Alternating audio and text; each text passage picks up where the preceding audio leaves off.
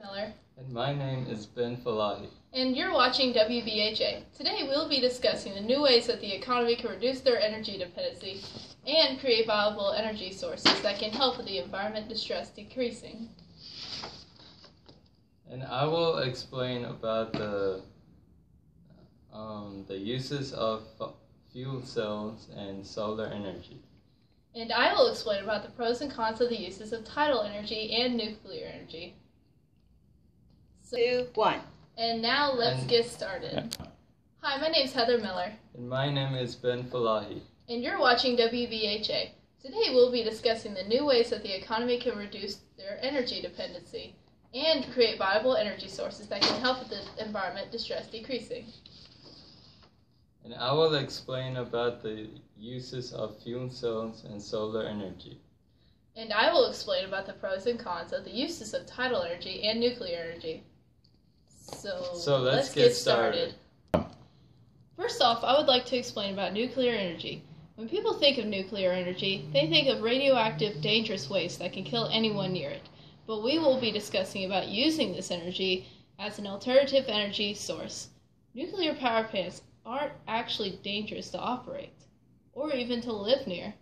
Nuclear power facilities can produce energy at 91% efficiency rate 24/7, while maintaining the method with the lowest emissions. The nuclear threat of the Cold War has caused the public to view anything nuclear as evil or bad, yet nuclear energy is part of our daily lives, like the sun. Engineers are currently coming up with ways to perfect this method of the nuclear fusion reactor, powerful enough to power 80,000 homes. Although this seems promising, it does have its costs. As we know, nuclear energy comes from uranium, which must be dug up from the ground, thus as well as oil and coal. The process of this causes power plants to shut down every 18 to 24 months to remove the uranium fuel, which ultimately becomes radioactive waste. The expenses to even build these power plants would be through the roof. So maybe we need more ways to help nuclear energy become the next source of energy. Over to you, Ben. Thanks, Heather. I would like to tell you about solar energy today. Solar energy comes from something we see almost every day, the sun. Solar energy can be used in homes and office buildings to heat spaces, heat water for general electric power. And one of the great things about solar energy is that it is clean energy.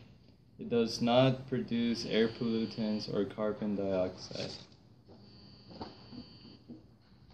When located on buildings, solar energy has minimal impact on the environment. You do not have to dig it up, pump it out of the ground, or buy it. Solar energy is free energy. The sun is the fuel that generates the power system. Panels are typically mounted onto a roof and angled to face the sun, and that energy is harnessed and used for homes' electrical needs. Once the system is properly installed, they have a long service life. One of the problems with solar energy is the cost of installation of the panels. Even though federal, state, and local organizations offer tax breaks and discounts, solar installation costs upward of $10,000. Maintenance is also the responsibility of the home's owner. If the panels are damaged due to a storm, the homeowner will not be calling the local electric company for repairs, but paying for the repairs themselves. Solar power is a great renewable resource that can be used for all as long as we can keep the cost of insulation and upkeep under control. Now there is also another form of energy that is becoming more popular every day. It is the fuel cell. The most common fuel cell is what is used in an electric car. A fuel cell converts hydrogen into electricity by chemically mixing it with oxygen. Hydrogen is not found in nature and is an carrier, not an energy source. It must be produced first before the fuel can be created. Fuel cells can be an excellent source of energy because they can be placed wherever power is needed, like extreme climates. Fuel cells provide a much longer life than a battery.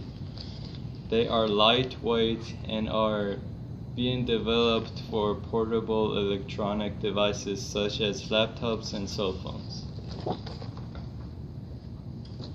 They can last 10 times longer than a conventional battery. The main issue for the production of fuel cells at the moment is the burning of fossil fuel to produce hydrogen.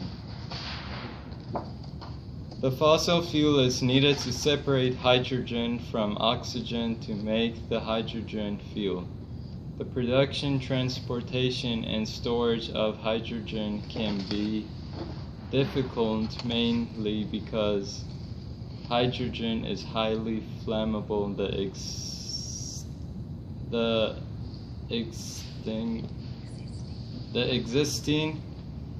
infrastructures like gas stations will need to be refitted at a high cost to consumers. Scientists are working on finding new ways to make hydrogen without using fossil fuels and other low-cost solutions to further advance this technology. Heather, what would you like to talk about now? Well, Ben, here's what I'd like to say about our final energy idea that we'll be discussing. It is tidal energy. Tidal energy is a renewable, continuous natural resource that is powered by the magnetic fields between the sun and moon. So it is a constant energy source that will never diminish, unless the moon blew up, of course.